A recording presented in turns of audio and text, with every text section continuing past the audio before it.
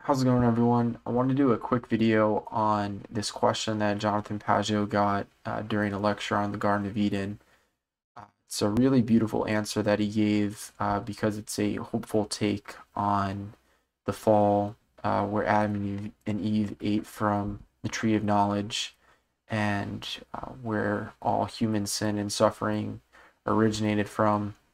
I think the way we normally perceive it, or at least I do, that it's just a negative story, and um, there's nothing really else to it. But I think the answer he gives paints a picture that's quite the opposite. So, play here. The Tower of Babel being the inverse of that? Yeah, well, the Tower of Babel is the same story as the garden. It's the same story, right? So this is something I didn't go into in this explanation. But Saint-Ephrem read Saint-Ephrem, seriously, it's amazing. Saint-Ephrem, he presents Adam as being in the middle of the garden. So he presents Adam and Eve as being at the tree of good and evil. That's where they are. So God puts Adam and Eve in the middle of the garden, between the Holy of Holies and the outer court. Okay? And so what Saint-Ephrem says, which is amazing, this is an amazing solution to so many problems. Next time you meet a Gnostic, this is the solution to this problem, okay? So Ephraim says that God put Adam there and told him not to eat the fruit. But he didn't tell him not to eat the fruit because he didn't want him to eat the fruit. He told him not to eat the fruit because he wanted Adam to obey. He wanted Adam to be humble regarding that which was above him.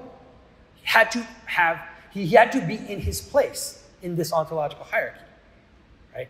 And Saint Ephrem literally says that if Adam had obeyed and not taken the fruit, God would have given him the fruit.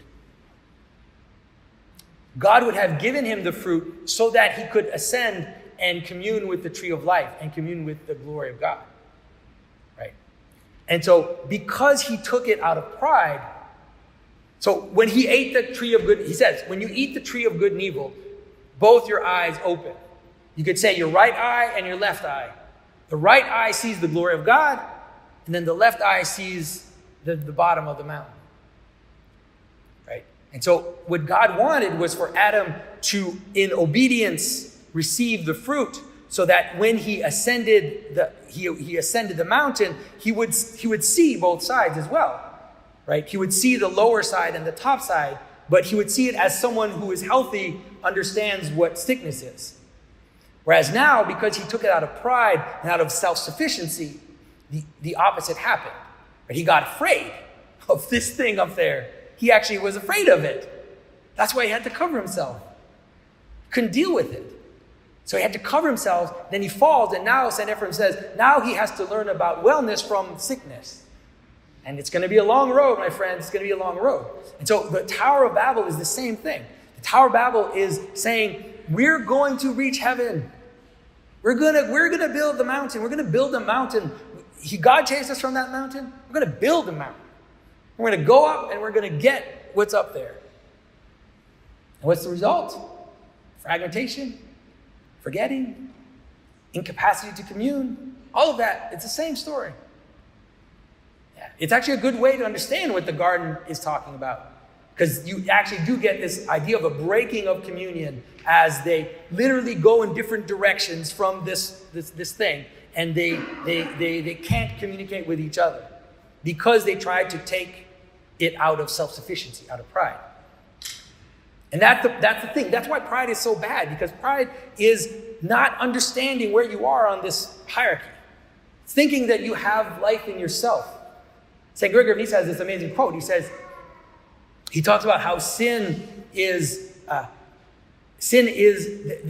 capacity for non-being to think that it's being, basically. The capacity for something which doesn't have being in itself to somehow think that they're self-sufficient. And then by doing that, they will break apart. You've lost the ultimate thing that joins you together. You've forgotten it. You've forgotten that all of this is connected together, this pyramids, all this hierarchy up all the way up to the eternal, transcendent God. If you cut that, then things start to break apart because you forget that all this ontological hierarchy leads up, to our unity in the Logos.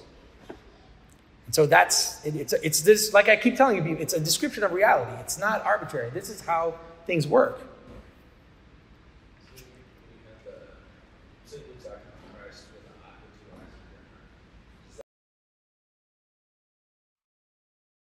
Yeah, so it's really amazing, that answer, and considering Saint-Ephrem lived like in 354, like the first years after Christ's death, and he's saying that, like, that adds even more weight to what he said there, that God intended to give us that knowledge.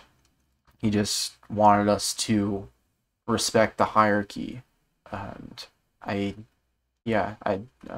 think it's just really beautiful and a very hopeful take, and explains a lot, like Johnathan was saying, about reality and how we should live. So yeah, interested to hear what you guys think about that, and I'll catch you in the next video.